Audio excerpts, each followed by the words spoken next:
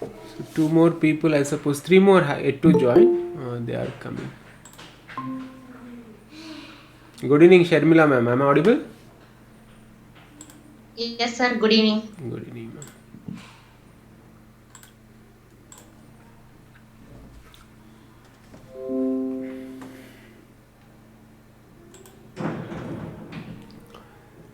Okay, so we'll start the class. Who else has to? Preeti has to join, I suppose.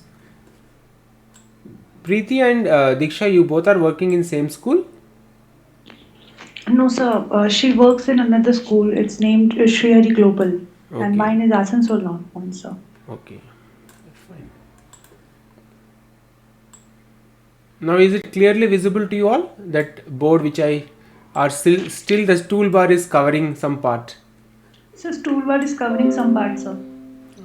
Then let me, because I want to see how many join activities also. That's why I'm trying to minimize as much as possible another window here.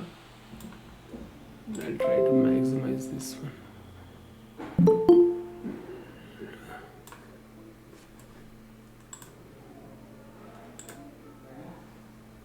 Okay, I suppose Preeti joined.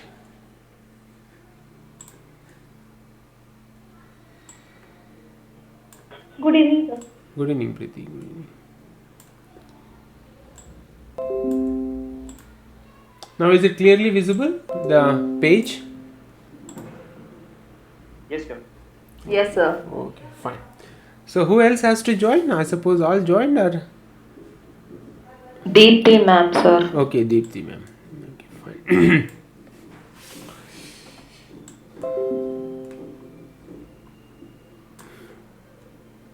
Okay, so let us start now without any delay. So the poetic forms which I have completed so far are epic, heroic poem, mock epic, and then we have completed sonnet, elegy, then dramatic monologue we have completed, dramatic lyric, dramatic irony, all those things we have completed. And today we'll start, yesterday also I suppose in the previous class we completed ode, tragedy, but I couldn't explain tragedy and heroic couplets. So the primary focus will be today on the topics tragedy, and then if possible we'll take up the remaining small topics. Otherwise we'll straight away move to factual description, report writing and process writing. Okay, so let me come back quickly. Right.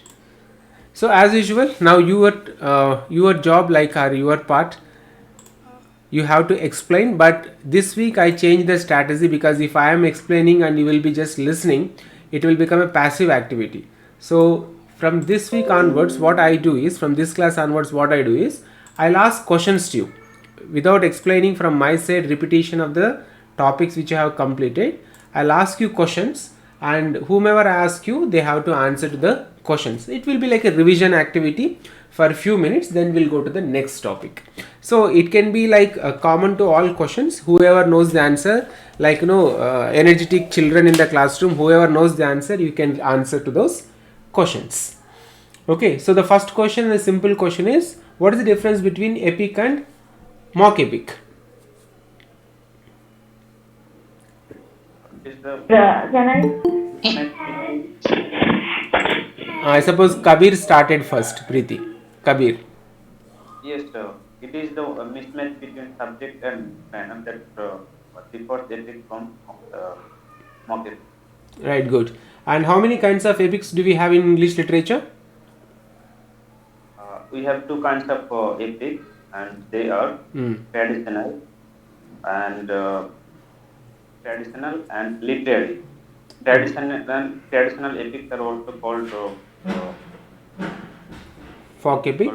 traditional. Yes, sir. Traditional folk epic, and literary epic is also called English epic. Literary epic, correct.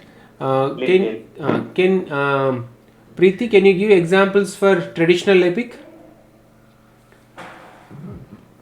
So, traditional epic we mainly find in the Greek literature, like Homer's written Iliad and Odyssey. And examples for literary epic?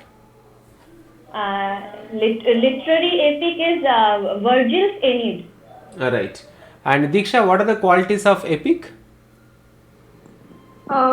In the epic's qualities are, it will be in epic supernatural, so what that word, supernatural machinery will be there.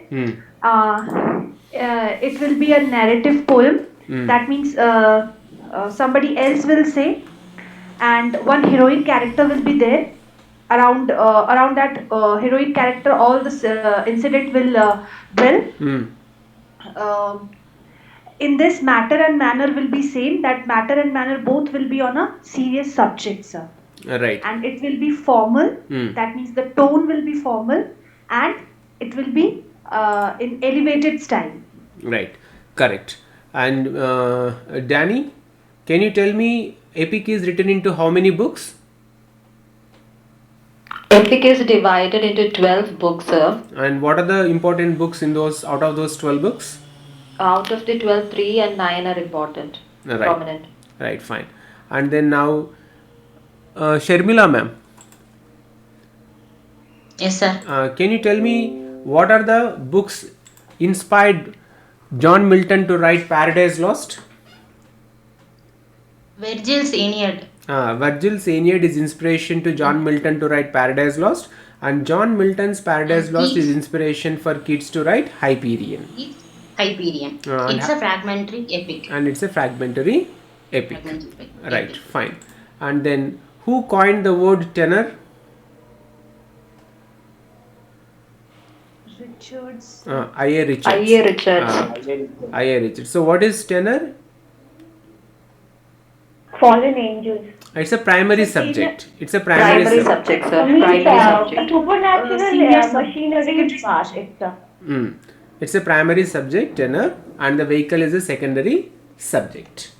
Okay, and what is mock epic? It is exactly opposite to the epic. That means either the matter will be serious and the manner is trivial, or the matter is trivial and the manner it was dealt will be serious. Can you give me any other example other than the rape of the lock for mock epic? No, sir. There is none. Other than the rape of the lock. Find out any example other than rape of the lock for mock epic, and you can share in the classroom. You can Google it and you can find it. Okay, so this is about epic and mock epic. Epic can also be called as heroic poem because it is centered on a particular hero. Deepti ma'am? Dryden's Macfleckno is in mock epic. Dryden's? Macfleckno. Okay ma'am, your voice is not clear. You can, okay fine, we'll find out that one. Now let us go to the next topic. Next topic is sonnet. So what is a sonnet? Anybody? Chorus, but I want one full explanation of sonnet. Who wants to explain quickly? What is a sonnet? The word sonnet is derived from the Greek word soneto, means sound. It is a lyric poem consisting of single stanza of 14 iambic pentameter lines, and the sonnet is divided into two parts: the octave, which have 8 lines, and the sestet, which have 6 lines. And Petrarch was the first person who introduces sonnet, who was an Italian poet, and his rhyming scheme is ABBA, CD, and CD. Right. After that, we have another sonnet of the English literature is Shakespearean sonnet.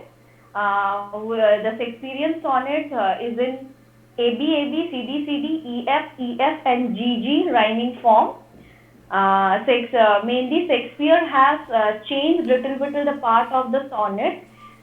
He has divided his sonnets in six lines and 2 couplets at the end. Right. And John Donne has primarily the sonnets has to be used or written on the topics like hopes, pains, and problems of male lover love problems. But whereas John Donne has deviated from that and he had written holy sonnets on religious topics, and Milton other topics on his blindness. And we have sonnet sequences or sonnet cycles, a collection of sonnets, and 154 sonnets, the greatest collection of sonnets written by Shakespeare, and it is dedicated to Mr. W.H. Earl of Southampton, a dark lady, Mary Fulton. And few more practitioners, popular practitioners of sonnets cycles are Elizabeth Barrett Browning, Sonnets from Portuguese, and Sir Philip Sidney, Astrophel and Stella. And then we come to elegy. Diksha, can you explain what is an elegy? Whatever you have understood about elegy. Elegy is a poem of mourning or lamentation on the death of someone. It had its origin in ancient Greece. It is subject by its theme or subject matter. Elegies are always in serious note. Elegy is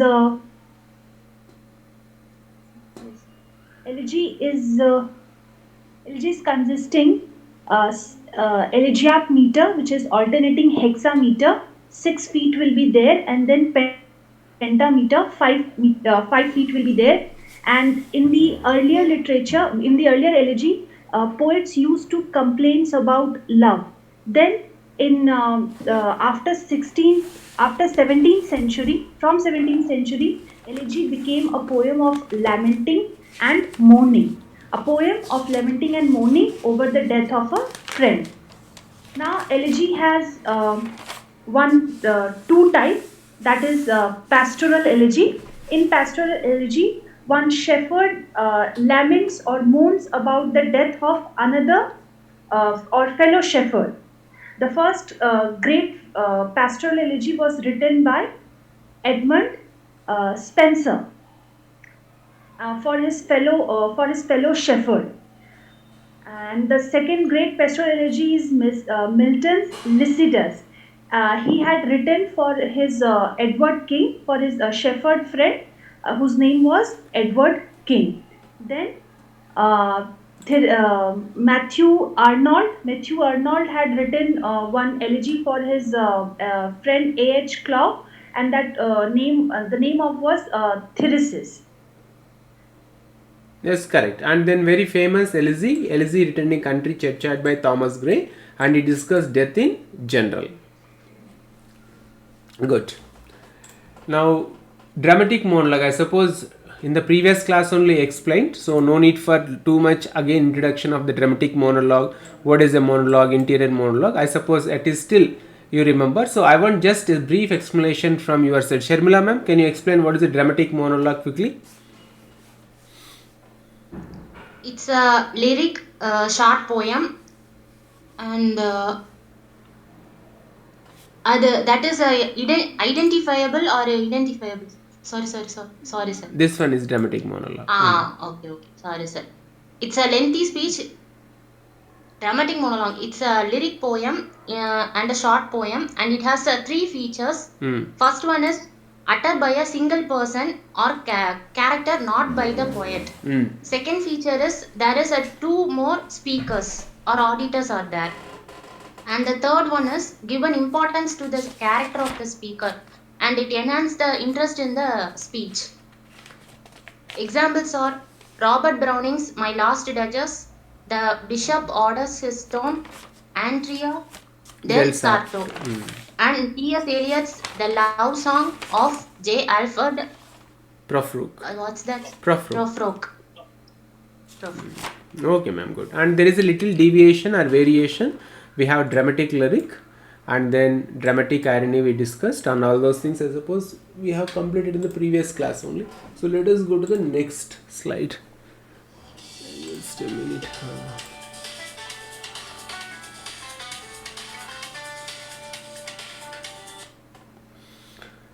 Okay, so let us start today's class. So in this class, as of course Word was also discussed, so let us I just got distracted from the call. Okay, so Word also we completed, correct, in the previous class? Yes, sir. Alright, and I suppose Diksha and some other teacher asked me the question about 2 questions I could remember in from the last class. Somebody asked whether English word and irregular word both are same. See, I checked the source material which I have. There is only 3 kinds of votes are there. Pindaric vote or regular vote. And then second one is Horatian vote. And it is written by Quintus Horatius Flaccus. Is a Latin poet and a Roman lyric poet. So both I suppose are same. As somebody has to know whether he is a Roman Latin poet or a Roman poet. It is written in Latin. He is a Latin poet and Roman lyric poet. So we can consider Horatian. Quintus Horatius Flaccus is one person. Then the second question was about whether English word and irregular word both are same. There is no reference for English word in the glossary of literary terms, but I read this one. I had written notes when I was preparing for exam. So English word, the first it was introduced into English by Ben Jonson and it is imitated form of Pindaric word. And the example for English word is To the Immortality, Memory, and Thomas Gray's The Progress of Poesy. Strophe and antistrophe is written in one stanza. And so let me clarify one by one. So this English ode is written, but when I checked for the reference, there are only 3 kinds of words are available for me. Pindaric word or regular word, and then Horatian word, and then irregular word by Abraham Cowley. So I suppose who asked that question? Can I know again? In the previous class? Yes. Ma'am. So did you find any reference for that? Sir,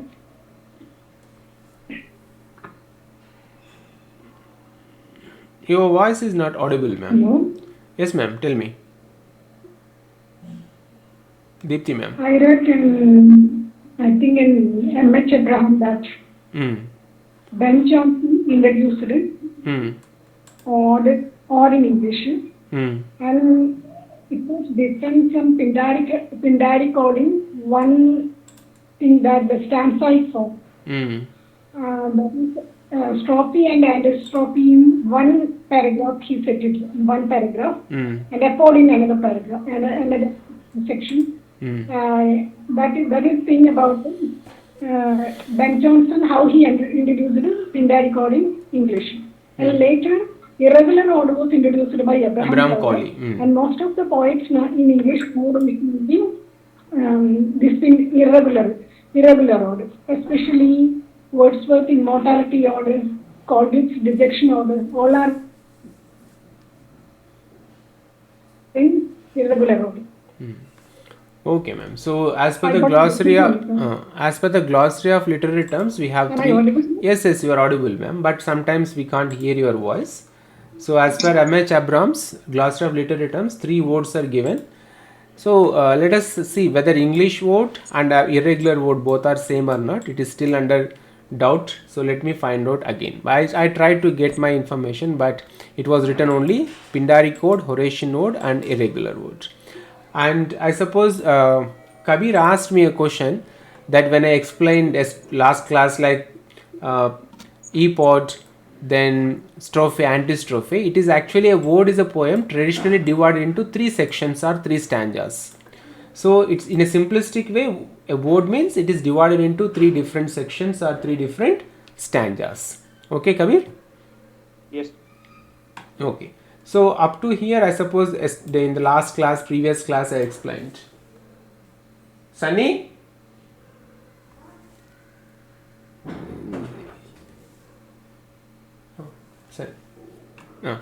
So up to here, I suppose I explained, and tragedy is important for us because especially we concentrate on Shakespearean tragedy or Elizabethan or Jacobean tragedy. So we have to be clear about this tragedy aspect. See, in tragedy, always it is about the characters are about noble people, high rank people or high status in life. So they are the central characters in the tragedy.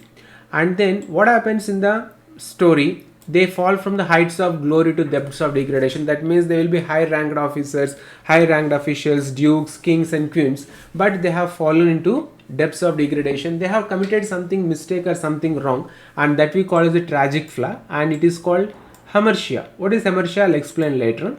And then there will be always conflict of those characters, generally we call as protagonists or heroes, tragic heroes. They have a conflict within and without, and there will be lot of supernatural elements. Ghosts will be there, so many supernatural elements will be in that tragedies. And comic relief is actually introduced by Elizabethan dramatists, playwriters. So comic relief like Gravedigger scene in Hamlet, Shakespeare's Hamlet is a kind of a comic relief scene that is also present in tragedies, and we sympathize with the downfall of the tragic hero, and there will be so many soliloquies, but we'll discuss this in a elaborate way in the next classes. And then we discussed heroic couplets. It's a lines of verses which rhyme with each other at the end of each line. So this is about the previous class. Now let us go with the today's class. Today is about tragedy. Am I clearly audible and visible? Right. Yes, sir. Please go ahead. So what comes into your mind the moment you heard the word tragedy? Macbeth comes, sir. So Riders to the Sea is a tragedy. Which one, ma'am? Riders to the Sea. Hmm.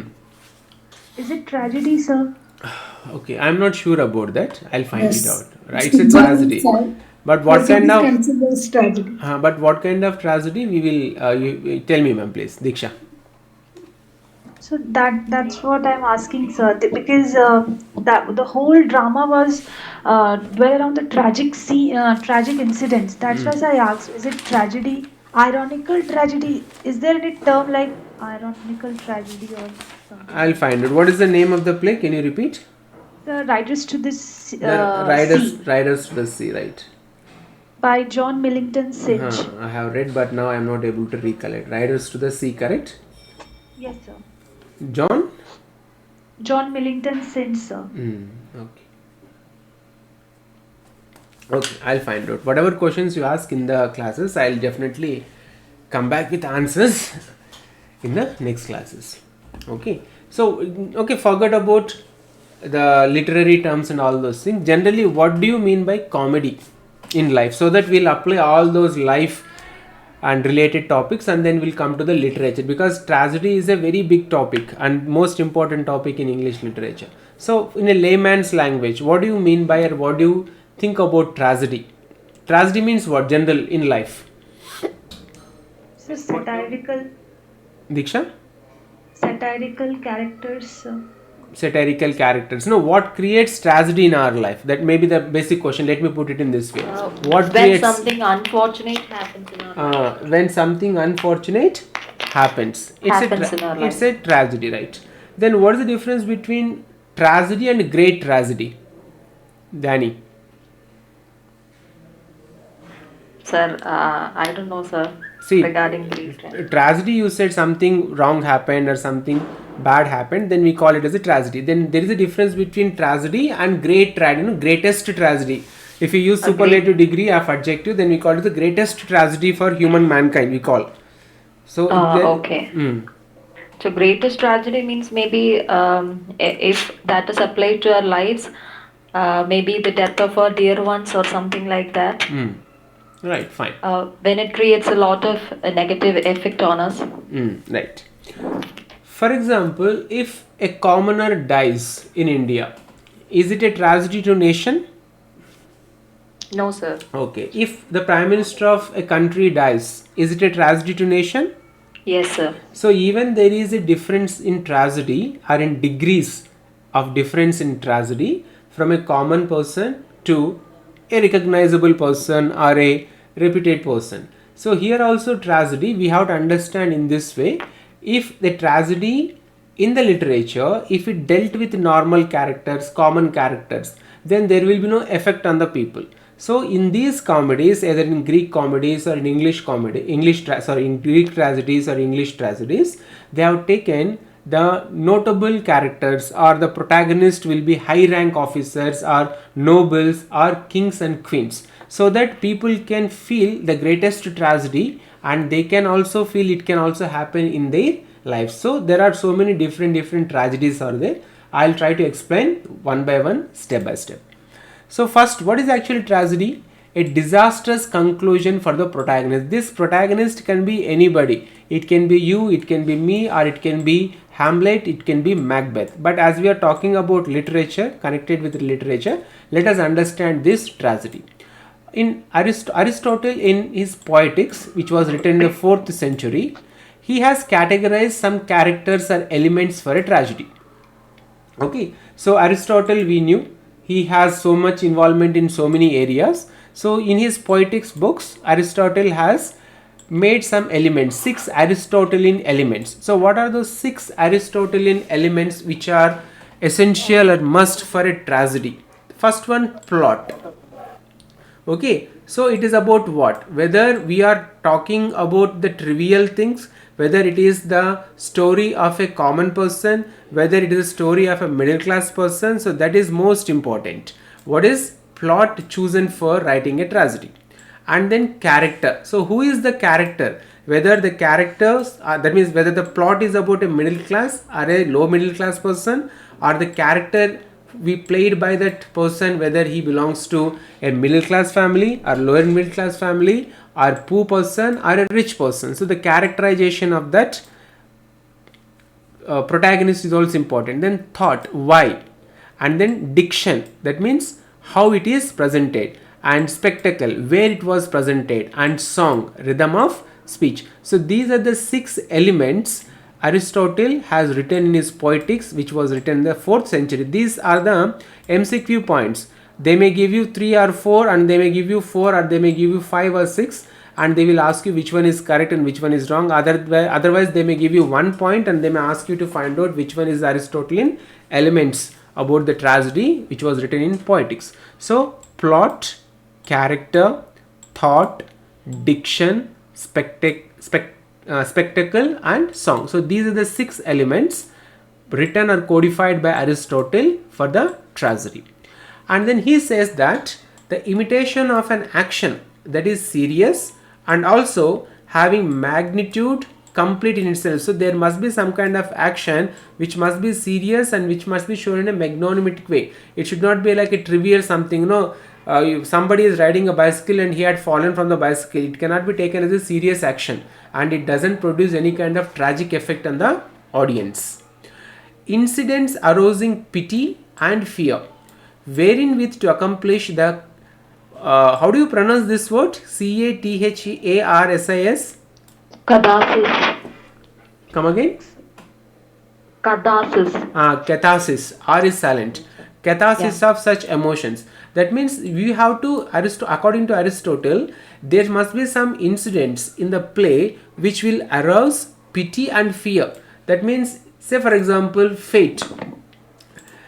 If something happens to the character because of his fate, or something which was not known to him, it will create a kind of pity among the audience. And the fear, if he willingly, knowingly, if he does something and out of that something bad is going to happen to him, and if he knew that, and it will generate or create fear. So the incidents must be included in the tragedy should raise pity and fear, wherein with to accomplish the catharsis of such emotions. So what is catharsis? Again, 2 more words are there: purgation or purification. What is this? The process of releasing and thereby providing relief from strong or repressed emotions. So there must be catharsis in our life also. For example, morning you went to school, you woke till 5 o'clock, you came back, again you sat in the classroom, again you studied, you went to bed, morning you wake up. So everything, if it is like this only, then immediately, suddenly if you went and watch a movie, then is it a part of catharsis? Can you call it as a catharsis? Yes, sir. So change of lifestyle or change of thought or change of action. So catharsis is also one of the important elements of tragedy. Incidents arousing pity and fear wherewith to accomplish the catharsis of such emotions. What is catharsis? It can be called purgation. What is purgation? It can be also called as purification.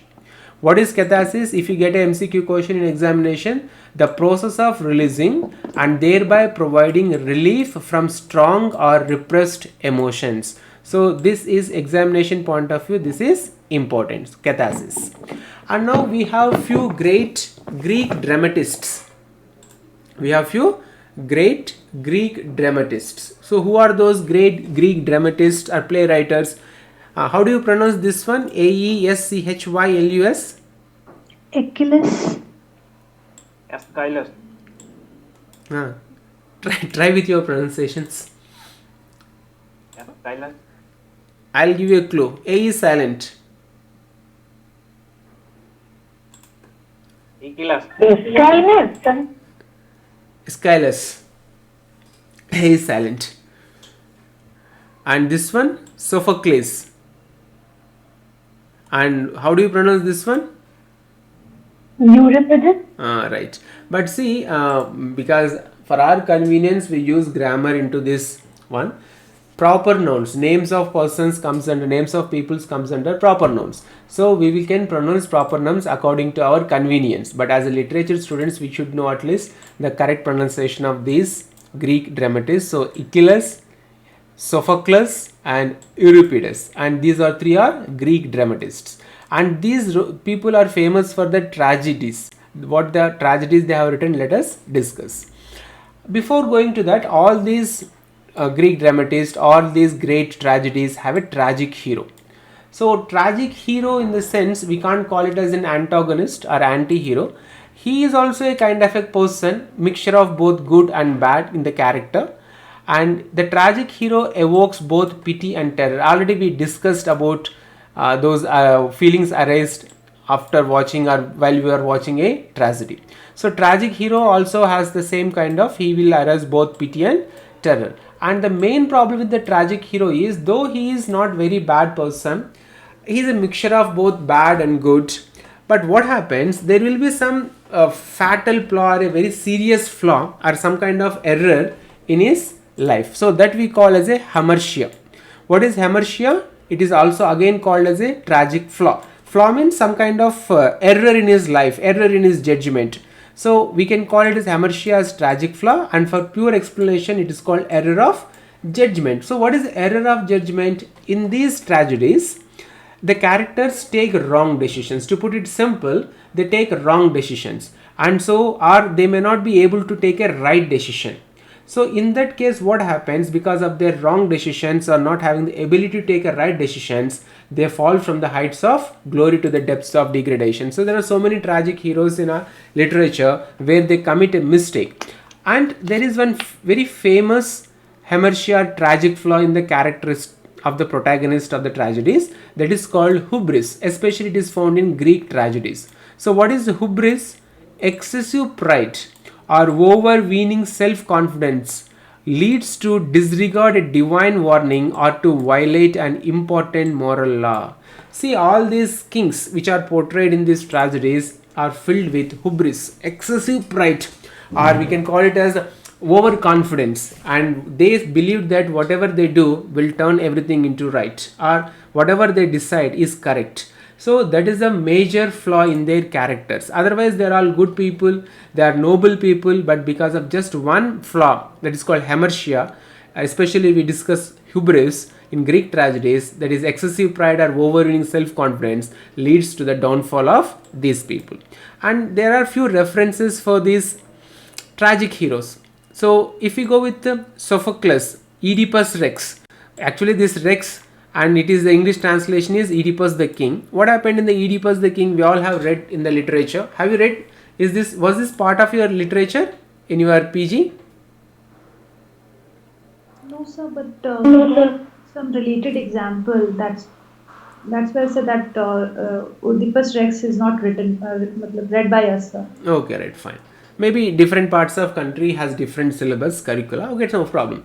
So what happened actually, Sophocles, Oedipus Rex, Oedipus the King, a tragic king of Thebes who unknowingly killed his father Laius and married his mother Jocasta, correct, the pronunciation may be little different.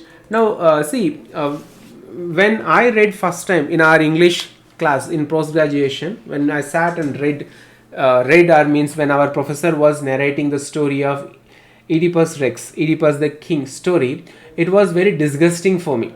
It was like, all those fear arose in my mind also, because see, it can happen to anybody in life. That was exactly the writer wants to create. when you read the story by yourself, the mistake committed by the Oedipus Rex, the tragic hero in the story, can be committed by any other person in the life. So whenever you come across such kind of stories, it will feel same kind of feelings which the playwriter wants to expected. So the same thing here also, the Sophocles Oedipus Rex, the story is simple. He is unknowingly, actually the son of Jocasta was captured and sent in a, like it's a, like again Bahubali story in Kabir words. So he was thrown out of the kingdom, and then he raised, and when Laius, husband of Jocasta and father of Oedipus, when he went to forest, then he was a tribal leader that time, who Oedipus, and he killed his father without knowing that he was his father. And then what was the tradition in those days, in those places or in those kingdoms, whoever king kills the king, they will become the king. So he came to kingdom and he became king and married his mother only, without knowing all those things. He was not known about all these things. So we knew what actually happening in the drama, in the play, but the central character, the protagonist, doesn't know. So it is a kind of a fate, tragic fate. Here nobody is wrong, but it is the fate of the tragic hero. And then few more words in examination point of view, you have to remember this. It creates a kind of catastrophe. So that means suddenly something happens in the story. Until that everything was good. Oedipus started ruling the kingdom. He was happy with his wife or mother. Everything was there. That suddenly one blind man came to the king court and he said something, and it created a kind of catastrophe. What is that catastrophe? Occurs a sudden peripetia, a reversal in the fortune of from happiness to disaster. So that blind man who came and told about the entire story, then suddenly it changed. The fate of Oedipus king changed. So what is this one more word, examination point of view? This anagnorisis.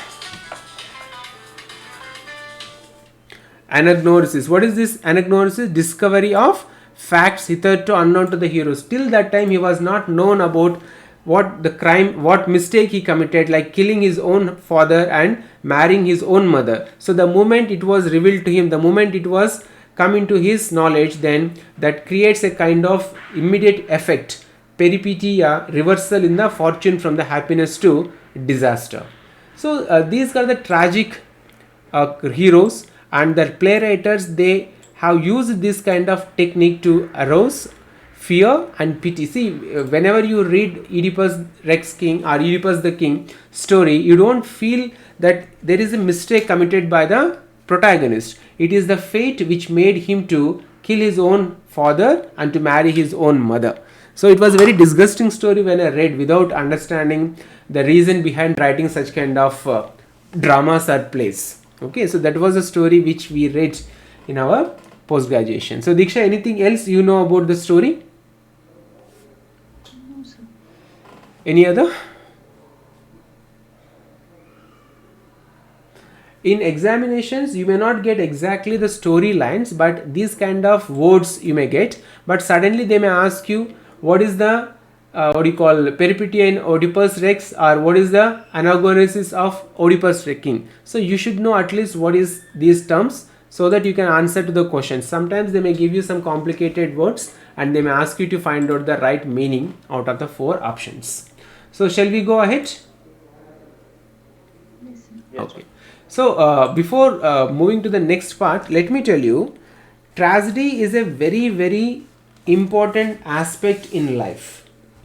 You may ask, sir, we don't want tragedy in our life, we want only happiness, we want only comedy in our life. That is not possible, because people like tragedy also. It was very surprised that Aristotle said that tragedy also gives a kind of relaxation to most of us. It is a kind of a psychological relaxation for us. When we watch tragedy, we feel a kind of relaxation, we feel a kind of relief from our life. So tragedy is also important in our life. And coming back to this part here, the anagnorisis of the Oedipus the King is when Oedipus Jocasta. So we are talking about this discovery of facts. What is anagnorisis? Anagnorisis means discovery of facts. What happened in this Oedipus the King?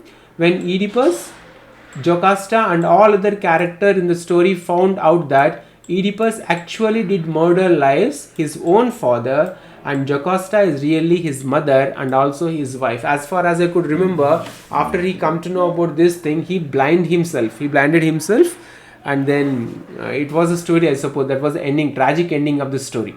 Then what is the peripetia in Oedipus Rex by Sophocles was? The peripetia is when King Oedipus realizes the hidden truth. So this was a truth hidden, but it was not known to Oedipus, that he has killed his father and married his own mother. So these two terms, or whatever the terms I have written on the board, these are important words examination point of view. So it is better to note down these words and have a clear cut idea about the meaning of these words and uses of these words. If you have any questions, you can ask me.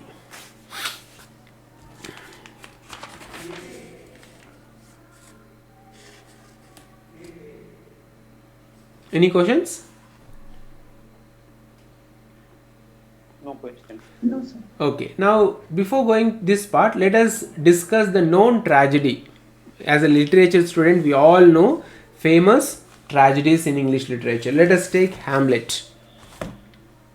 Who will try to explain the story of Hamlet? Prince of Denmark, correct? Have you all read Hamlet written by Shakespeare? So again, in our university, Hamlet was not in our syllabus. Okay. Others? What about others? No, sir, not. What about Sharmila ma'am, Deepthi ma'am, who has studied English literature in southern India? Sir, I am a UG graduate.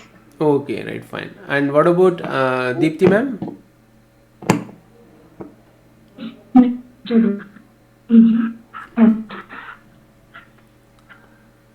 Hello, sir. Ma'am, there is a problem with your audio always, maybe internet problem. Okay, fine.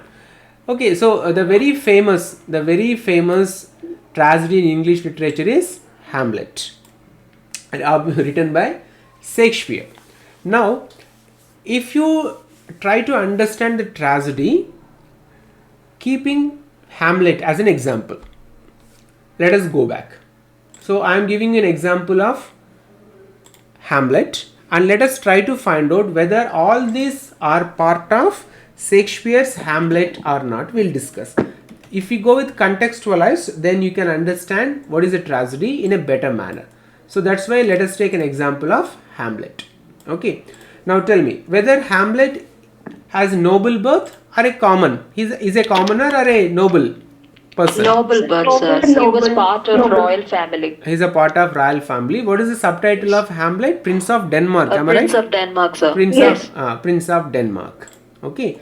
And this Hamlet was actually in Shakespeare is also known of copying from most of the literature. Actually, Shakespeare has many of people in the literature. They believe that Shakespeare is actually copied so many great works from other writers. We'll come to that part later on, but let us have a discussion about Hamlet.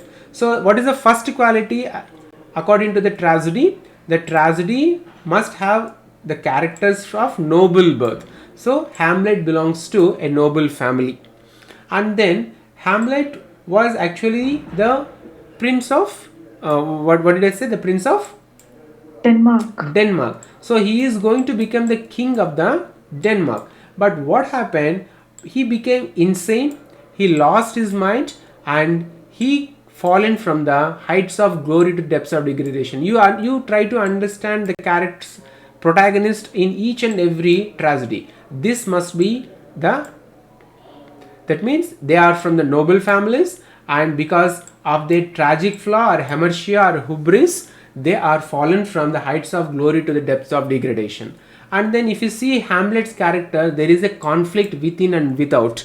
What is within? Whether to believe father ghost, whether the ghost which came in form of his father, whatever the ghost told him, whether he has to believe or not to believe. See, because ghosts are considered to be evil spirits, so they can't trust what the ghost had spoken to Hamlet. So when Father Hamlet came and told him that he was poisoned by his own brother and his wife also has part in that, so he couldn't decide his action whether the father ghost, whether the ghost which came and told him whether it was really his father's spirit or not. So there is a conflict within and it delays, procrastinate his action to kill his uncle. Who is his uncle in Hamlet? Can anybody tell me?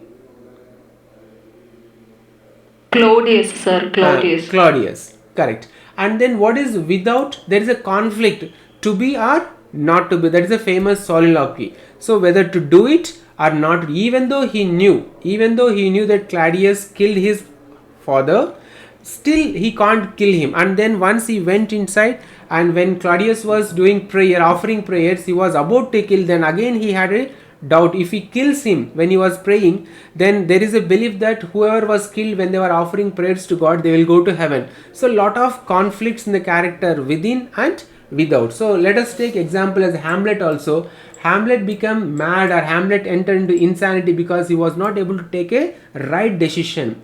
And he has also a tragic flaw. What is the tragic flaw in Hamlet? What is tragic flaw? Kabir? He believed in the spirit, sir. Sorry? He believed in the spirit. It was a doubt whether he has to believe in the spirit or not. That was also creates a lot of conflict. Procrastination. So Hamlet's main flaw in his character is he was not able to take decisions at the right time. He was very delayed in his actions. He was not quick in his actions. It took a lot of time for Hamlet to decide whether to believe or not to believe in the father's spirit. Then he took a lot of time to decide to kill, whether to kill or not to kill. So procrastination is a major flaw in the character of Hamlet.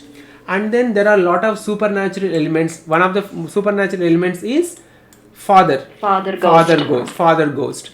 And what is comic relief in this? See, Hamlet, the plot is so serious, the depiction was so serious, everything was serious. Suddenly Shakespeare introduced comic relief with gravedigger scene.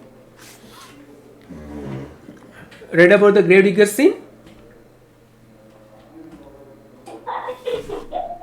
Yes, sir, heard about it. Right. So comic relief was the gravedigger scene. And then sympathy, definitely Hamlet, see, he is a very noble person. He was all have good qualities, but because of the purgation, because of the procrastination, and he was not able to decide, and because of his conflict within and without, he was not able to take a right decision. And what happens at the end of the Hamlet? All major characters were dead. Hamlet died, his uncle died, his mother died, almost all characters were dead except his friend, and that too he told his friend to live so that he can tell his tale for the other people or the next generation. So everything is tragedy. It ends with the tragedy, and it arises sympathy. And the tragedy fills with lots of soliloquies. So you take any example other than Hamlet, all these features are part of tragedy. And in tragedy, hero is most important. You can write down. I was not able to type all that information, though it took almost 1.5 hours to type the information, but still lot of information was not able for me to type. If it was writing, while explaining I can easily write, but as it is Jamboard, I am taking a lot of time to type. So I'll write few more points here so that you can copy down, and finally we can share. So there is one more thing we have to understand in tragedy is it is always about hero. So in Shakespearean tragedies, who got prominent? Heroes are prominent. You can now note down this one. Prominent. Okay. So which gender is prominent in Shakespearean tragedies? Male gender. Male gender or hero is prominent. And whereas in comedies, who is prominent? Heroine is female. Female character is prominent. So let us call it as a hero and heroine, or otherwise protagonist can be used for both. So in Shakespearean tragedies, hero is the central character, and in Shakespearean comedies, heroine is the central character. So we need to understand that if you take example any tragedy, which is considered to be great tragedy in English literature, all those tragedies has these features. There are from noble births, and they were very good and very high in rank, and they had fallen from the heights of glory to depth of degree. That means they have committed some mistake, or even though without committing a mistake also there is a tragic flaw in their characters. Mostly in Greek dramas we discuss the hubris, and there will be a conflict within and without, and there will be a lot of supernatural elements, and obviously they will introduce, actually this Elizabethan period only they have introduced this comic relief. According to Aristotle, there should not be any kind of a comic relief in the tragedies, but they have introduced this comic relief. And sympathy, always we sympathize with the fall of hero, and there will be so many number of soliloquies. So most importantly, in Shakespearean tragedies, hero is prominent, and in Shakespearean comedies, heroine is prominent. Any questions with this?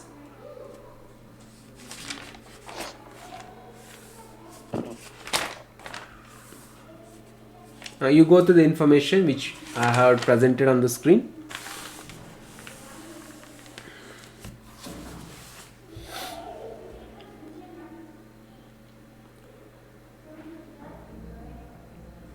Okay, then I will be explaining to you. You can note down the points. I'll also try to type those points on the screen, but it may delay the class. So I'll be explaining, and you can go with. We'll take an examples of Shakespearean tragedies. Famous Shakespearean tragedies are Hamlet, Macbeth, Julius Caesar. What is the common thing in all these tragedies, in all these plays or dramas? Hamlet. So the hero is dead at the end. Right. So in all Shakespearean tragedies, the protagonist or the central character, the hero, dies at the end of the play. And then in all these tragic dramas or tragic plays, there is a comic relief. Okay. And what is the main we have discussed about hubris, correct? And in Hamlet, what is the problem with what is the tragic flaw? It is procrastination. And in Macbeth, what is the problem? Macbeth? So the Macbeth has murdered the King Duncan. Okay. Because the witches has given the prophetic to him that if he murder Duncan, then he will be get the throne of Denmark. All right. So not so Denmark, it's Scotland maybe. Scotland, correct. So the tragic flaw in Hamlet, I am writing on the screen, you can note down. It is irresoluteness or procrastination.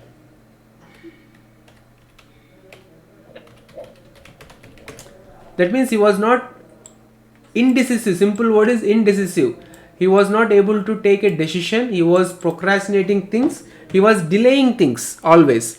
And then in Macbeth, what is the hubris? That means what is the tragic flaw in the Macbeth character is vaulting ambition. Macbeth is an ambitious man. Okay, vaulting ambition or overweening. Let us go with one word. Macbeth has vaulting ambition. And then if you take Julius Caesar, what is the problem with the Julius Caesar? It is hubris. So what is the tragic flaw mentioned in these tragedies? Hamlet has irresoluteness or procrastination, and in Macbeth he has vaulting ambition, and in Julius Caesar what is the problem? He has hubris. What is hubris? Excessive pride. So somewhere I have written, right? Hubris means excessive pride. You can note down. And hubris can also be, we can take it as a overconfidence. They are filled with overconfidence.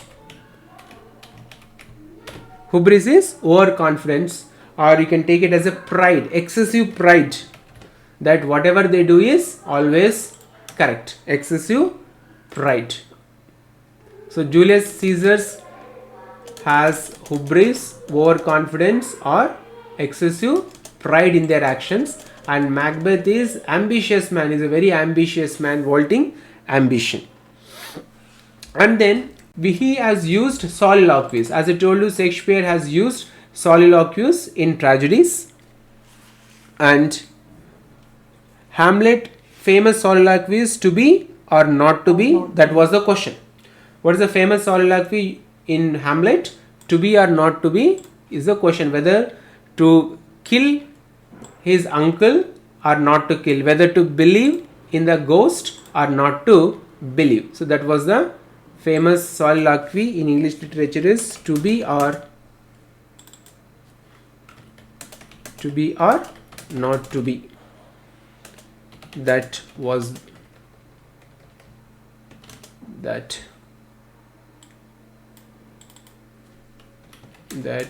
the question.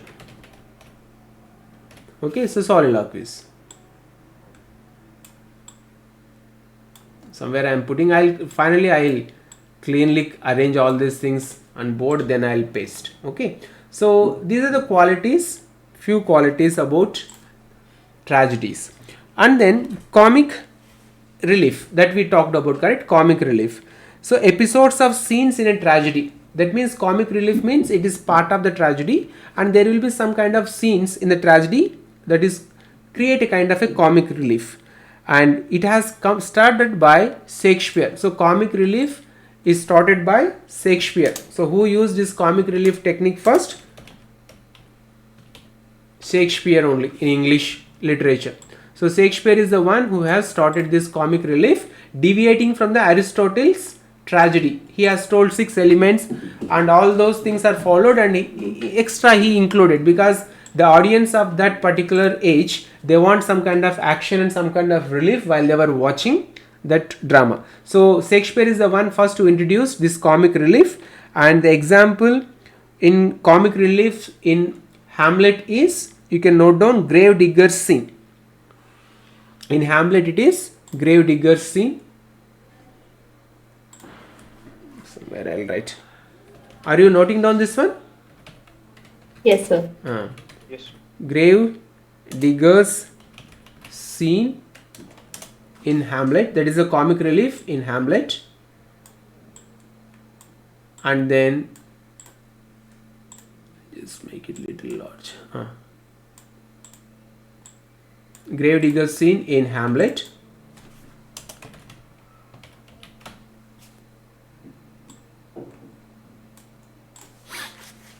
And Portia's scene in Macbeth.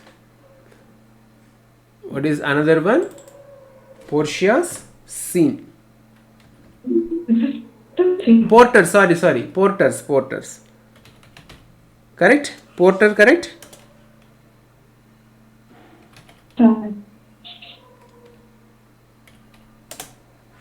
Porter's scene in Macbeth.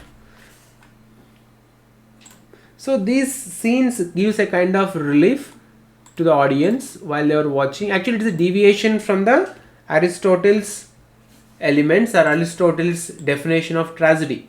So Shakespeare is very famous for deviation. Shakespeare is very famous for copying plots, themes from other playwrights. Okay. Shall I go to the next slide? Yes, sir. No. Yours. Now again coming back to this tragedy.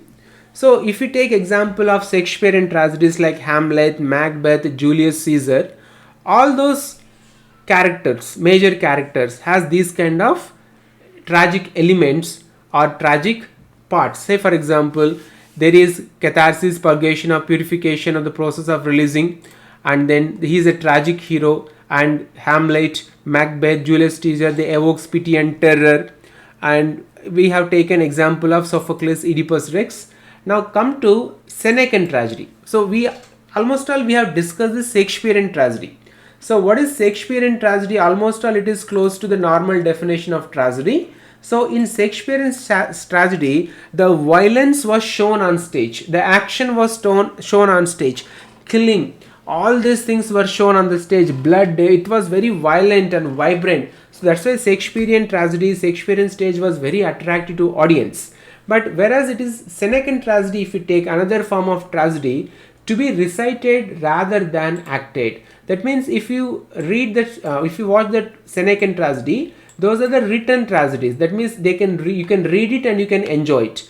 Whereas the Shakespearean tragedies was shown on the screen and so captivating, and it elevates the mood, or sometimes it creates a fear and pity among the audience. So Shakespearean tragedy is exactly opposite to the Senecan tragedy. So what is the Senecan tragedy? To be recited rather than acted. And one of the famous examples for Senecan tragedy is Thomas Sackville and Thomas Norton's Gorboduc, which was written in 1562.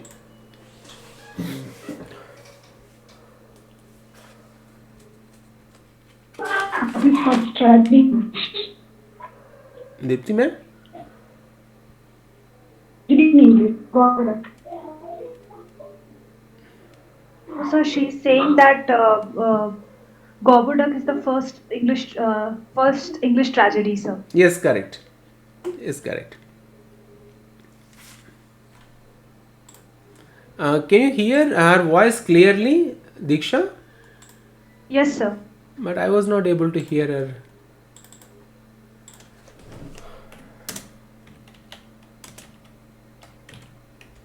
First English tragedy, right? Now there are another kind of tragedies, we call them as revenge tragedies.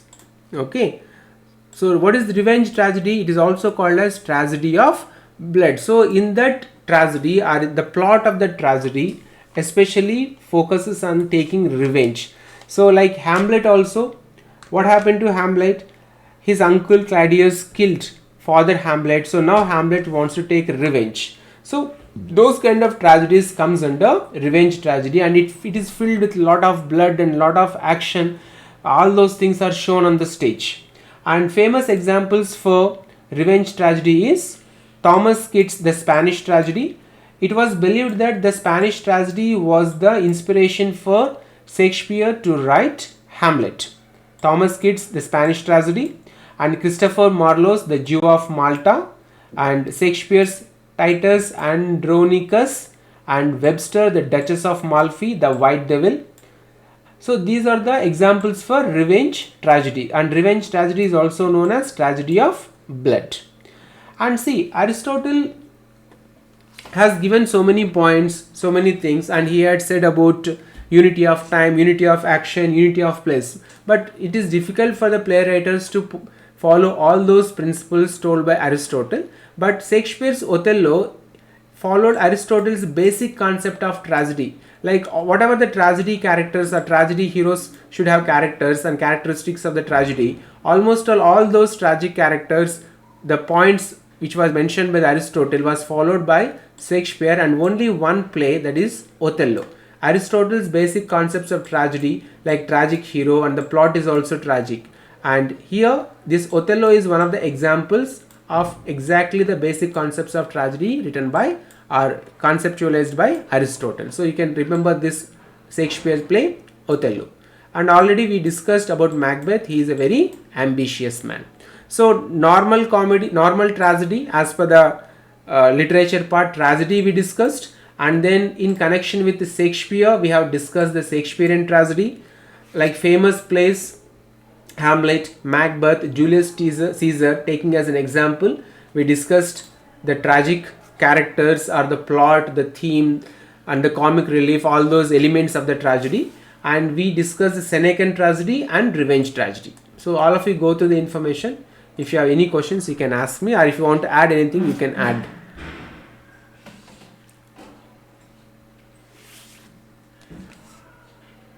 So, as Senecan tragedy to be recited rather than acted. It is good for reading. Have you read Harry Potter books, Kabir?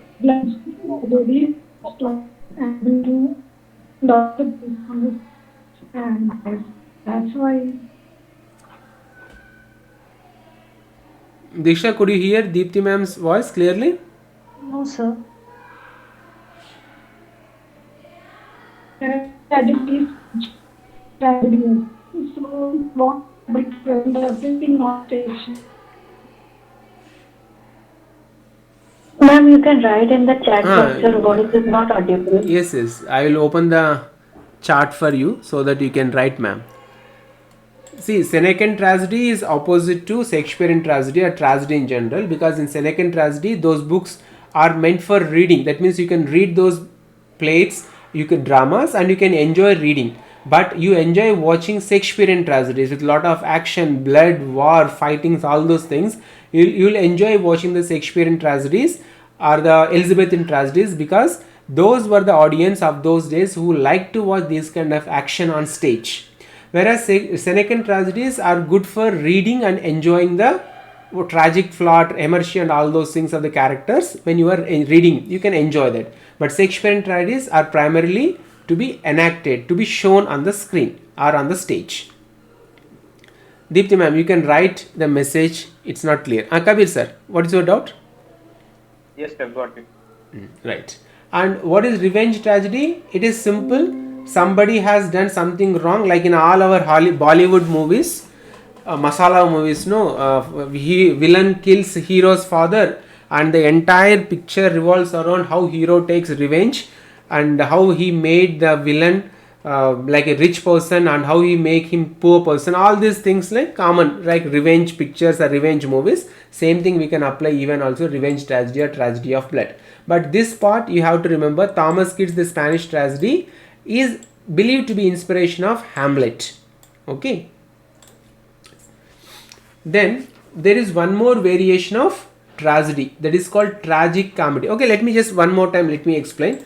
So in tragedy, hero is the main character, or male characters are dominant, and in comedy the heroines are the major characters or main characters. But if you observe the Shakespearean comedies, you find these comedy starts or begins in those plays only when the heroines, when they go in disguise as male characters or men into other people, and when they interact, it creates a lot of comedy. So here what actually we understood when we were reading literature, Shakespeare wants to create a kind of image that comedy can be created with female characters when they are in disguise and when they show themselves as a male on stage. But for the tragedy, it is only male characters are suitable. So we don't know why Shakespeare used this kind of difference. But in Shakespearean tragedies, hero is always a male character, and in Shakespearean comedies, the heroine is a major character. Now come to tragic comedy. It is a mixture of both tragedy and comedy. So in tragedy, hero is the main character, and in comedy, heroine is the major character. And tragedy has all the elements which we already discussed: noble birth, heights of glory to depth of degradation, tragic flaw, conflict, supernatural elements. So in the same way, comedy means like it is like applicable to the lower status of the society. People from middle class, lower middle class, poor people, they will part of comedy. Now here when it comes to tragic comedy, Elizabethan and Jacobean drama, it is a mixed model of tragedy plus comedy. That means the tragic characters in the tragic comedy are taken from the noble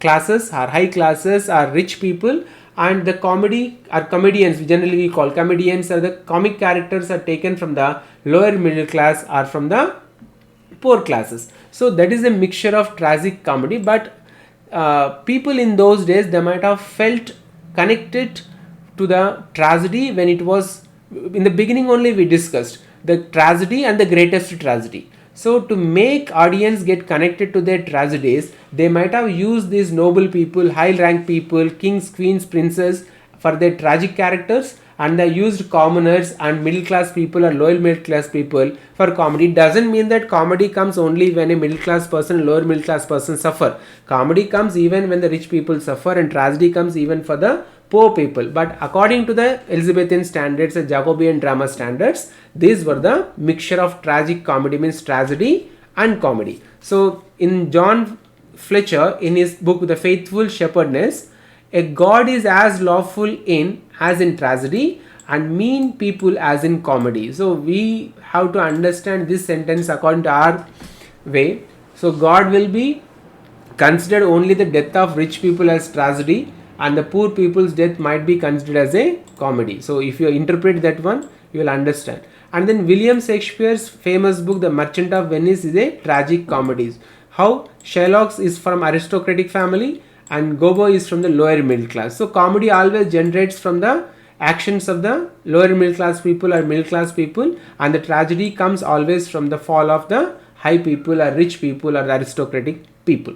So these are the another kind of tragedy called tragic comedy. So tragedy in general we discussed, then Shakespearean tragedy we discussed, then Senecan tragedy, revenge tragedy, and then tragic comedy. Go through it. If you have any questions you can ask me. See, I am giving you the reference books. Reference books means the books which are connected to that particular poetic form, so that you can remember, and when you read these books you should remember the poetic forms used in those books. Any questions?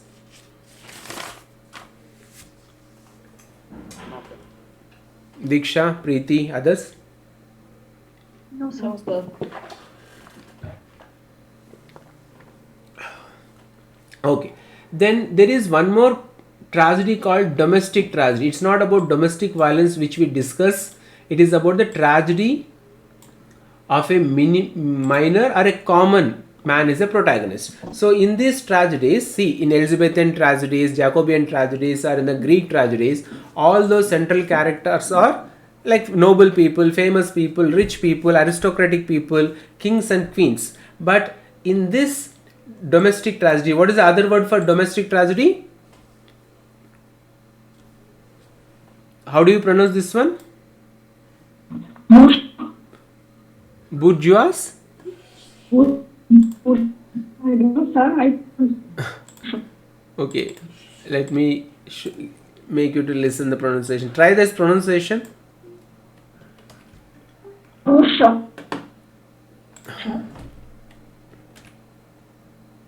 I'll play this one.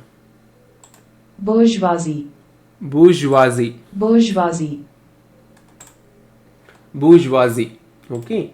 How many of you actually speak in American accent when you are teaching in schools? Do you use American accent or British accent?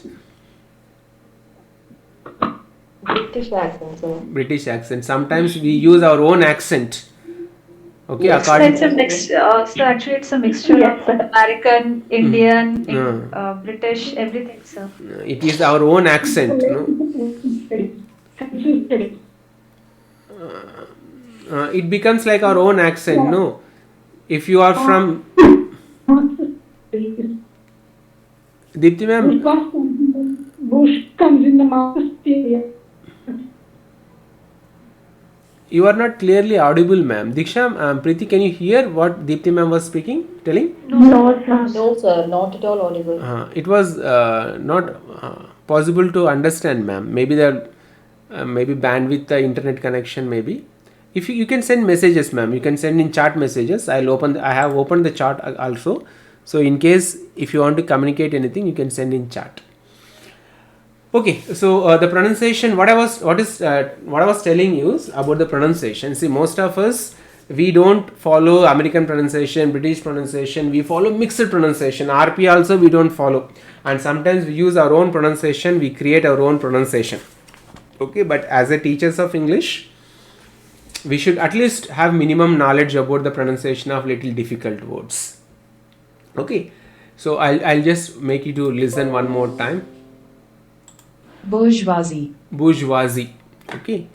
Bourgeoisie. So bourgeoisie or domestic tragedy. So it is about the common man's problems. Like, what is the common man problems? Simple. Electricity bill comes, we have to pay electricity bill, and then internet bill comes, we have to pay internet bills. Is it a tragedy for others? Danny, Miss Danny, is it tragedy for others? No, sir, no. It's not a tragedy. How much current bill you get? Electricity bill? Almost 2,000, Right. sir. So for 2,000 rupees, it's not tragedy. But suddenly, if you get 20,000 rupees electricity bill monthly, then what will happen? It's a tragedy. That is the definitely, sir. greatest tragedy. Now it is not a tragedy. That will become a greatest tragedy. But these things these things doesn't arouse tragedy when people watching or people listening or people reading. It is a comedy for them, because see, even we also spoke in a lighter way, that current bill, electricity bill, in a lighter way. Nobody takes it as a great tragedy. So Shakespeare also used the same technique, or the Elizabethan dramatists also use the same technique, that common man's problems are always comic in sense. Common man's problems are always create comedy. They won't consider that seriousness. And those Elizabethan dramatists and Shakespeare, they used to show the dramas or show these kind of plays to the elite class. So the audience were also ready to watch only the tragedies when these noble characters are shown. And those common characters, middle class people, the characters are generally used to produce comedy effect in the drama. So now we come to domestic tragedy. So what is the main of this domestic tragedy? It is about the miners, commoners, and common man is the protagonist. And the example for this kind of domestic tragedy is George Lilly's The London Merchant, or The History of George Burnwell. And one more example is Henrik Ibsen's In Prose. It is written in prose, A Doll's House. And one more point, all those tragedies were written in verse. Those tragedies were written in verse, but Henrik Ibsen has written the tragedy in prose, and the name of the tragedy is A Doll's House. And then Arthur Miller's very famous domestic tragedy is The Death of a Salesman, which was written in 1949. Are you all noting down? Yes, sir. Yes, sir. So verse and poem are same. Little difference is there, ma'am. Verse, like, they follow, like there will be rhyme scheme will be there, meter will be there. Next point is blank verse, that I'll explain. Okay, sir. So they will use meter, they will use rhyme, part of verse. Free verse is there, blank verse is there. Okay.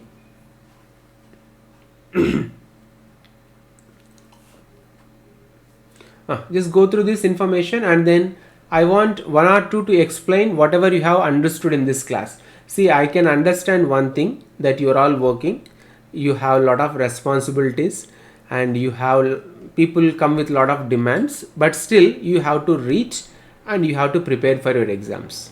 If you don't manage and if you compromise with one, then you have to lose another thing. So that was my intention, to tell you very clearly that I know you are busy, but you should not be that much busy so that you can't even concentrate about your future. So you should read, you should understand, and you should manage your time. How do you manage your time? That is up to you. But you must know how to manage your time.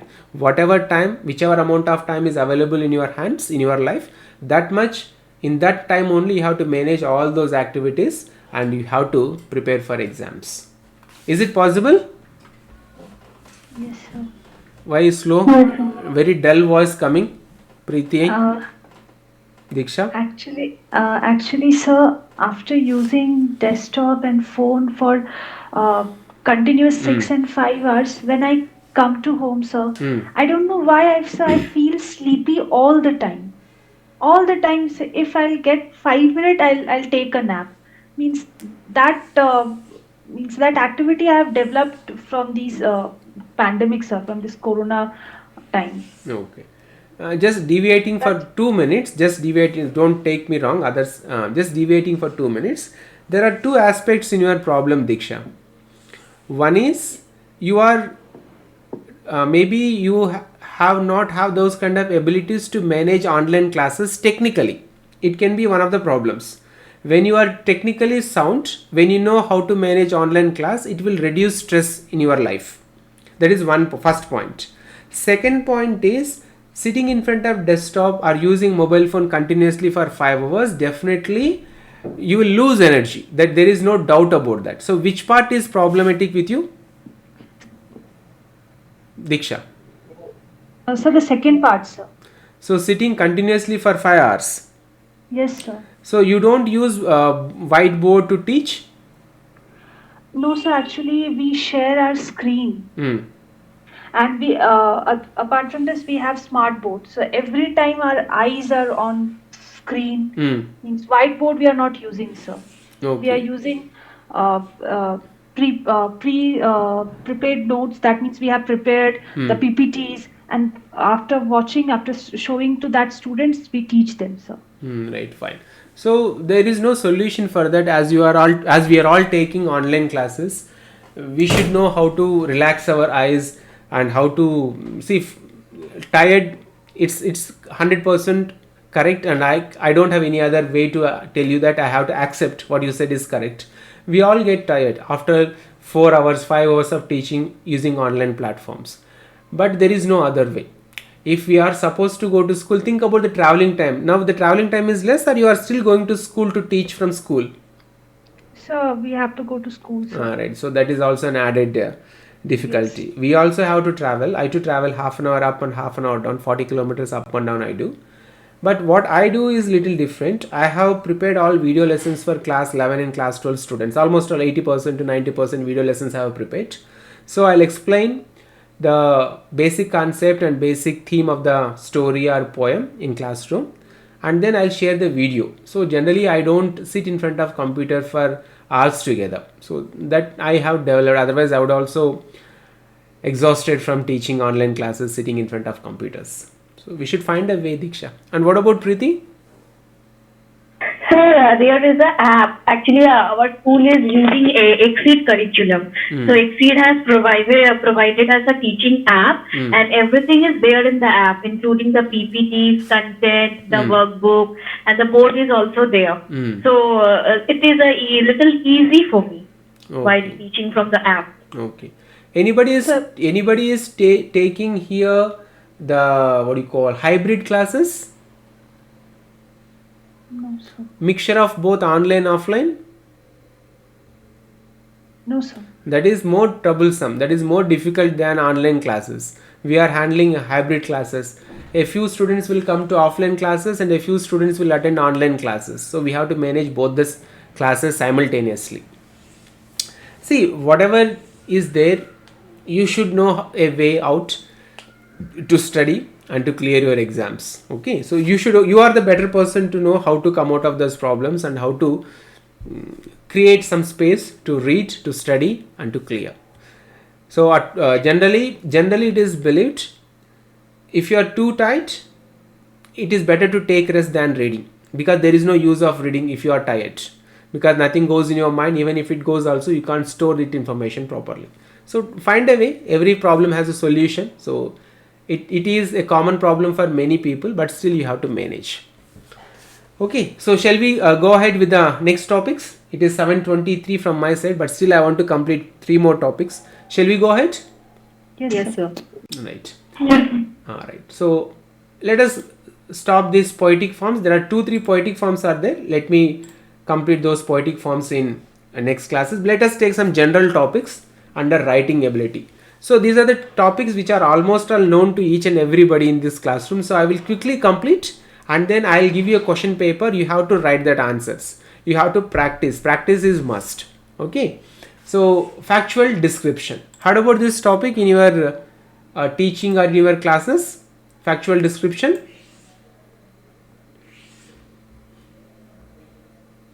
Danny or Sharmila ma'am, Diksha, Preeti. Was it a familiar topic?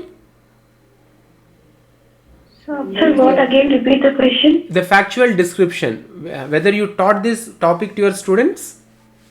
No, sir. No, sir. It was not part of your syllabus, factual description? No, sir. What about paragraph writing, article writing, speech writing, debate? Article writing, debate, speech, report writing, all those are there, but a factual description is not there, sir. Alright. Yes, sir. Same. Alright, fine. It's not a very difficult topic. I'll take 5 minutes to complete each topic here. So here, factual description, let us try to understand. You are going to describe about the facts. In your lower classes, for example, if you teach class 6 English, you have to teach students about the factual description of writing Taj Mahal. So they will write Taj Mahal is white in color. Taj Mahal was built by Shah Jahan. Taj Mahal was built for his wife Mumtaz. All those things they will write in lines in 6th class, 7th class. So there is a factual description at their level, and you will give questions for those students. you describe elephant. So they will write elephant is a big animal, it has a big huge trunk, it has 2 ears, it has 4 legs. All those things comes under factual description. But in higher classes like class 11 and class 12, factual description comes under writing skills for 5 marks. So how to write a factual description? Because you are going to write the factual description now. So what is the factors you have to remember while preparing a factual description? It's a description about only facts, not about your ideas, not adding any kind of masalas here. So what are the factors you have to remember while writing a factual description? It is an essay answer. The factors that are essential for effective paragraph writing or factual description is unity. So whenever you are writing anything about the factual description, let us take lower examples like Taj Mahal, or the highest like class 11, class 12 examples like a visit to hospital, or even more factual descriptions like how you have witnessed the accident or what happened in your neighborhood. So that kind of questions, when they come, you should use this unity, cohesion and the logical development of thought. That means you have to follow these points carefully. There must be unity in your writing and cohesion. That means whatever you are writing, it should be clear to the point. And then you have to follow a proper format. The factual description has a format, and it has a topic sentence. It is a first sentence. It introduces the main idea of paragraph, and then supporting details. These come after the topic, sentence, making up the body of description. They give details to develop and support the main idea. So example also I have given here. This is the factual description. It's a simple, it's a kind of article, but it is not based upon assumptions. It is based upon the facts. And then the third point is closing sentence. This is the last sentence. Whatever you want to add at the last, based upon the facts, you can write the sentence. This is theory. Theory is not important here, because in examination point of view, you have to remember these things. Always remember. Write a suitable and relevant title. So if in exam, I mean KVS PGT examination, they may ask you a question whether title is important in factual description. And if it is true or false, you have to select true. Or if it is a multiple choice question, then you have to select the option that suitable and relevant title must be given to the factual description. And then there are 3 different ways a factual description can be written.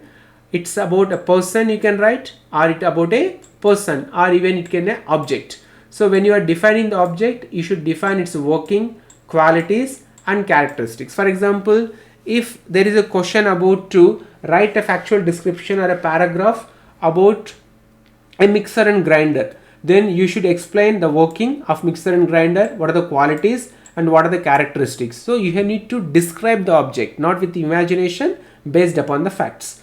And if the question is about a person like Mahatma Gandhi, Jawaharlal Nehru or Vivekananda, then you have to mention his personality, his habits, qualities and special traits. 2 things you are going to do in this class. First one is you are going to practice a factual description, descriptive answer. I have already set the question paper. In this, you are not going to write MCQs. You are going to write the answer in a descriptive. Then you will click the photograph of that answer and you will upload in the Google form. This time it is descriptive. And then I will give one more question paper which is based on MCQ for the poetic forms. Okay. So in factual description, you have to remember about factual description is always based on facts only, not imagination. And there must be a title, and the factual description must be divided into these parts. There will be no side headings in factual description.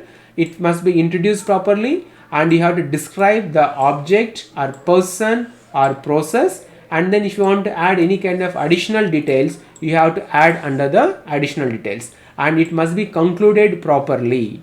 So let me repeat again, the factual description is like an article writing. Article writing, generally we write and 2 inputs, verbal input and visual input. So what is verbal input? You heard about the independence Day celebration celebrated in Delhi. That is verbal input. When you watch the Independence Day celebration celebrated on TV, then it is called a visual input. If you go directly to Delhi Red Fort and if you watch the Independence Day celebration, then it is called first-hand experience. So articles can be written on 2 inputs, verbal input and visual input. But whereas factual description should be written based upon facts. It can be verbal or it can be visual. So factual description is part of 11th class and 12th class syllabus. Any questions from this part? No, sir. No, sure. Sir, is there any word limit for factual descriptions? If it is given for long compositions generally we get article writing, debate writing, report writing. So those long compositions are for 5 marks. Sir, in our curriculum, as a part is persuasive writing. So is that same with factual writing? What is that, ma'am? Persuasive writing is given in the exceed. It's a presser writing?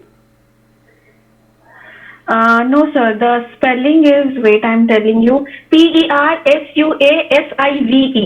Persuasive writing is given. Okay, so argumentative articles.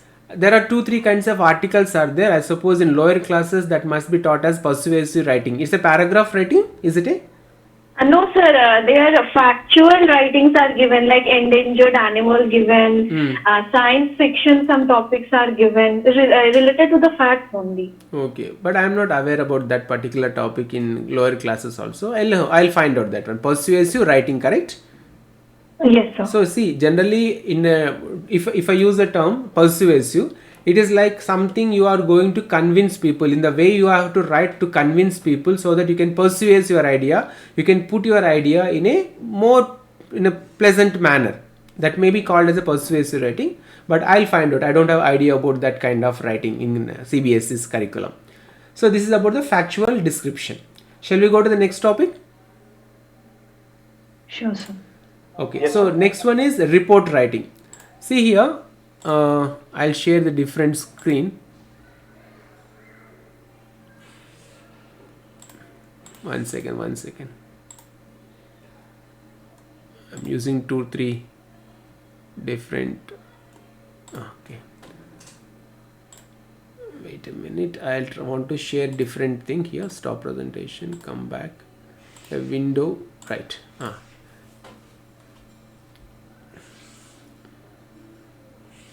Now, can you see the PPT? Yes, sir. Yes, sir. Right. So here factual description, which is part of class 11 and class 12 syllabus in CBSE.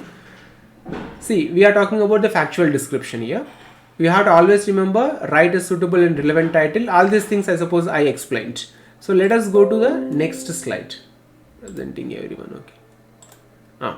So there are 2 kinds of factual descriptions are there. Factual description of an object, instrument, place, person or an animal. This comes under one category, and this next category is factual description of a process. How you prepare tea, all those things comes under process. And the format is simple. The title will be there and the body of the description or process. It's a single paragraph answer.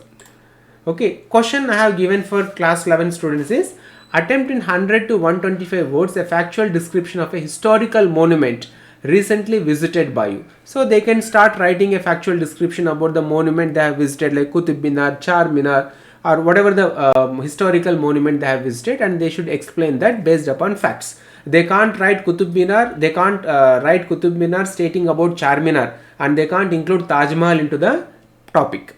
And one example here you can see here. Is it visible to you all? Yes, sir. If possible, you can click a photograph because you have to write a factual description the way it was shown on the screen. So let me, is it now clearly visible to all? Yes, sir. So I tried to share this on screen in Jamboard only, but I was not able to share it clearly on Jamboard. So it is better to click a picture. I will also take a picture. I'll post it in WhatsApp afterwards, because if I open the WhatsApp I'll get a lot of messages, I'll get distracted. That's why. So this is an example for writing factual description. Shall I go to the next slide? Yes, sir. Alright, now let me come back to Jamboard. Okay, where I am here. Okay, here, stop presenting, come back, tab. Where is this one? Poetic forms. Okay, right. Now let us go with the report writing. So what is a report writing? Is this topic is familiar to you all? Report writing topic? Yes, sir. Preeti? Yes, sir. It's a familiar topic, am I right? Yes, sir. Right. Yes, sir. Right. So simple explanation is, Report writing is written by reporters, or whenever we want to report any incident or accident, only after completion of the incident. This is the first important point. Report writing generally we write report writing only after completion of the event. So always report writing must be written in the past tense, and we have to use passive voice. So let me just quickly explain this one also. Report means it's a form of communication usually in writing which contains a brief account of an event, experience, experiment or examination of some issue or problem. Reporting forms an essential part in expressing our ideas, knowledge and other facts that occur in our day-to-day life. Okay, now we have to always remember there is a title. I suppose you can see here there is a title for report writing. Write a suitable and relevant title and mention the name of the reporter, date and place. You can see here, I suppose it is visible clearly to you. In report writing we have to write the date of the reporting and the place of the reporting, and then mention the name of the reporter, date and place. Details should be written in a systematic and logical manner. If you read this paragraph explanation, all the details are written in a logical manner, in a systematic manner. When you are asked to write a report on Environment Day celebration or Republic Day celebration or Independence celebration, you should start writing the details in a correct format, in a correct way or in a correct procedure. You can't start the report writing with sweet distribution. Can we start the report with sweet distribution, Diksha? No, sir. Why? First we need to so first we need to get the introduction that what occasion, what event just held, why it was held.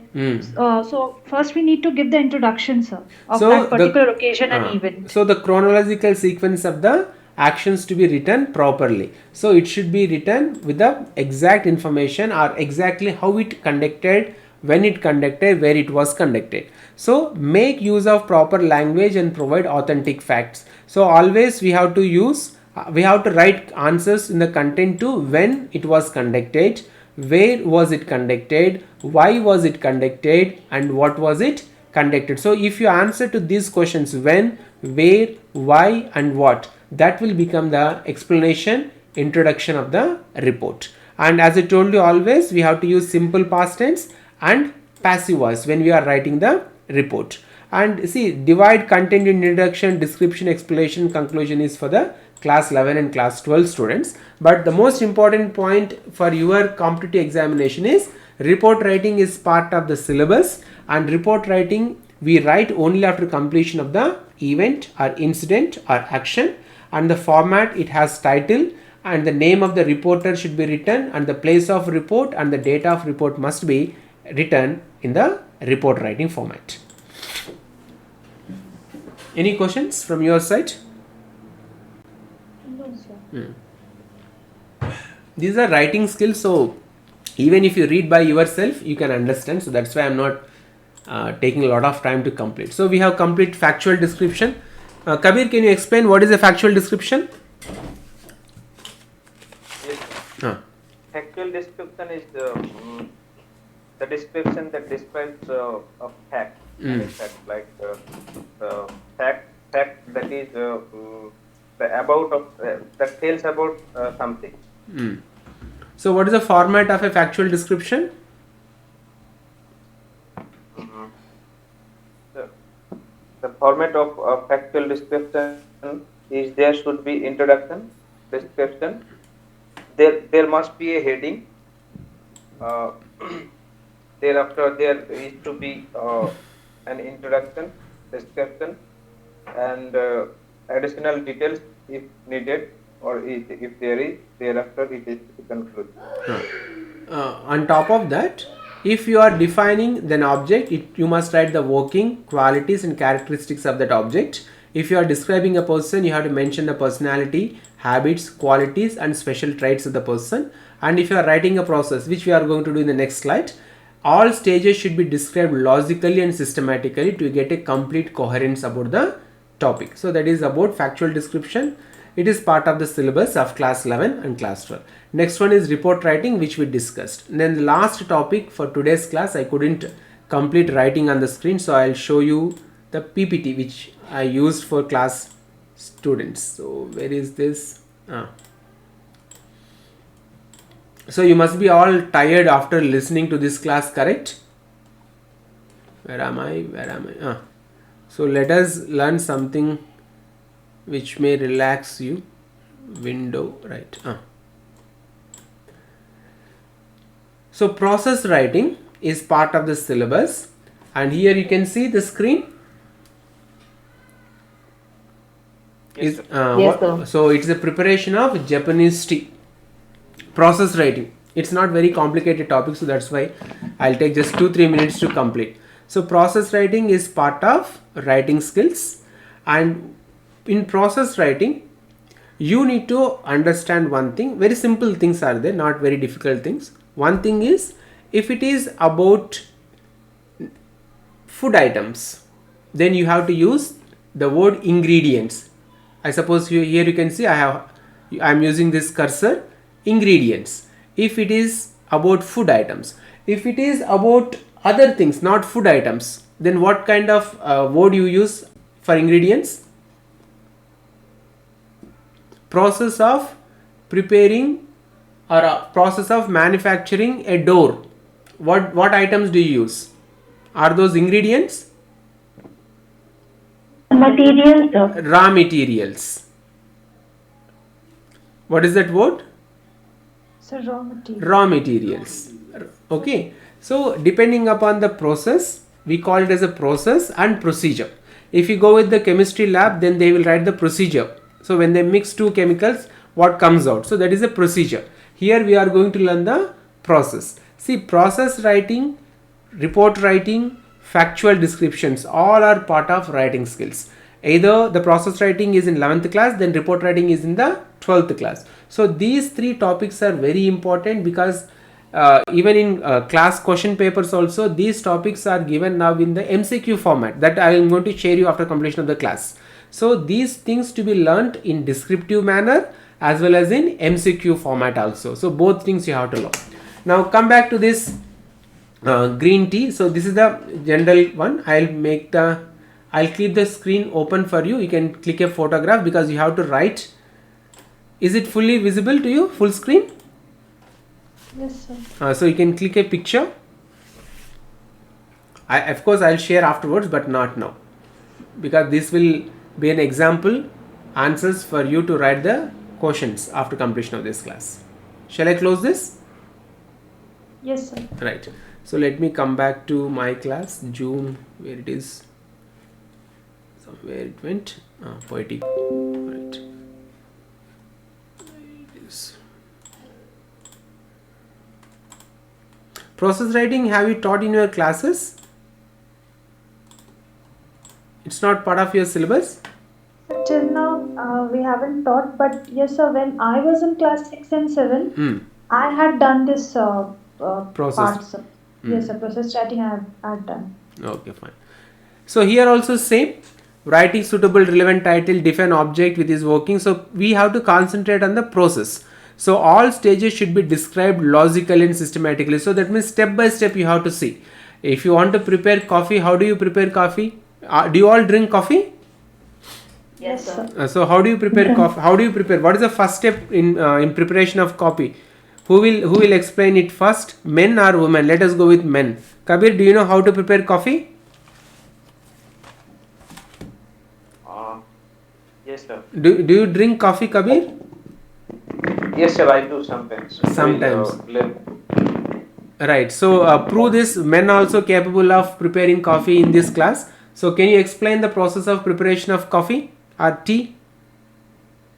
Yes, sir. I have prepared this, so I am going to prepare. I'm going with the processing of tea. Tea, coffee, coffee or tea?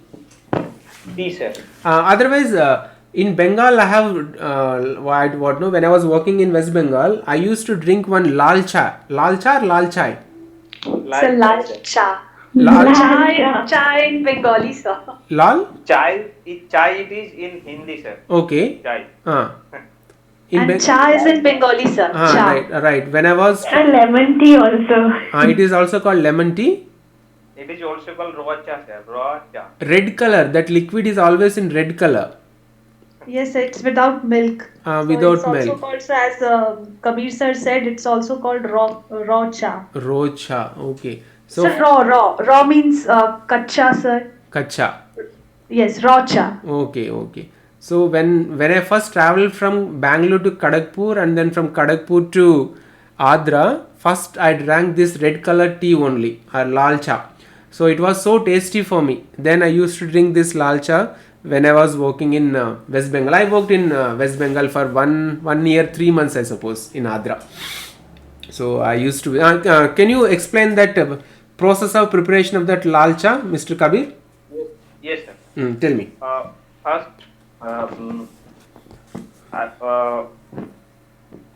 water is to be taken and boiled properly, mixing with there a little sugar and a little salt also is to be added. Okay. Thereafter, it is better if you add some what is it called? Some masala, kat masala, which is Chaat masala. Kat masala, nimbu patta. That will be very interesting, sir. Okay. And thereafter, once it is boiled properly, then the tea is to be added. Right. Tea is to be added, and it is prepared, sir. It's healthy also. That was, people told me to start drinking that tea. People told that it was very healthy, sir. If you consume, then you will become healthy. All those things they said. Yes, okay. sir. Okay. And Sharmila ma'am? Yes, sir. So can you tell me the process of preparation of sambar? Sambar. You do prepare or not? Yes, sir. I do, sir. So in southern My part of India, we people don't eat sambar. We drink sambar. Okay. Yes, sir. My favorite, sir. Your favorite. Okay, fine. So all this process, if they ask you, they may not ask you in descriptive manner, but in interviews they may ask you. Once you clear your written examination, during interview time they may ask you to take any topic and they may ask you to explain report writing or process writing if they are very specific. Because what happens in interviews is, if the board is good means like conducive, friendly, they will ask you to choose any topic from the textbook and you can explain using board and all those things. Otherwise, what will happen, sometimes those members, they will give a topic then and there itself, and you should be in a position to explain the topic in front of the interview boards. So it is better, whatever the topics are in class 11 and class 12 textbooks, you should know the descriptive answers also, and as well as MCQ format also. So that would be good for you. Even of course we can prepare interview preparation after completion of written examination, but at that time you may not suddenly get this same kind of a tempo or interest to learn. So that was my intention, so that you can learn both descriptive and as well as MCQ, written examination, and as well as interview part also. So these are the topics which I would like to complete. It's almost till 9:48. Any questions from you? Diksha, Preeti, Danny? No, sir. Okay. No, sir. Right, fine. So I'll share all this information again in class WhatsApp group. And then one more question I would like to ask before I end the class. What about your holidays? Whether 14th is a holiday for you? Yes, sir. For all? Yes, sir. In West Bengal, there is a holiday on 14th. Right. What about Danny in Kerala? 14th is a holiday? No, sir. Okay. And then I suppose Sharmila ma'am, Diti ma'am, 14th is a holiday? Yes, sir. Right. So 14th I have class from 6 to 7:30. But if you all celebrate Sankranti or Lohri, then can I take a little in the morning? Is it okay? Yes, sir. So in the morning I have online classes. Okay. My class is not off. Right. Okay, fine. But at least 5 o'clock, is it okay? Yes, sir. It will be okay, sir. Yes, sir. What about Miss Danny? No, sir, I'm not able to attend, sir, because we are going to our native that time. So I don't know how I'm going to attend the Monday class also, because we didn't get enough net in the village. But I tried my best, sir. Okay, ma'am. What about Danny, ma'am, and Deepti, ma'am? Okay, sir. It's okay, sir. Because that is a festival day, and that is the only day I am going to get holiday. For the last 10 days, I was not having a single day to take rest. Saturday, Sunday, all gone for conducting exams, and even 15th and 16th also I was supposed to report to school, because even 15th and 16th we have examinations at school. So 14th I suppose I want to take a little extra so that I can complete all the pending topics, because the topics which are given in the schedule I was not able to complete quickly. So I want to take some extra time on 14th. Without going to school, if I sit with continuous preparation, then I could explain better than what I used to do on regular days, because coming from school, explaining all those things, traveling here, I'll also get sometimes lack of energy. Okay, so any more questions from your side, or shall we call it a day?